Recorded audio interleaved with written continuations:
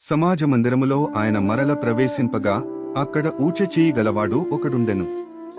అచ్చటివారు ఆయన మీద నేరము మోపవలెననియుండి విశ్రాంతి దినమున వానిని స్వస్థపరచునేమో అని ఆయనను కనిపెట్టుచుండిరి. ఆయన, నీవు లేచి మధ్యను నిలువుము అని ఊచ చేయగలవానితో చెప్పి వారిని చూచి, విశ్రాంతి దినమున మేలు చేయుట ధర్మమా, కీడు చేయుట ధర్మమా, ప్రాణరక్షణ ధర్మమా, ప్రాణహత్య ధర్మమా అని అడిగెను. అందుకు వారు ఊరకుండిరి.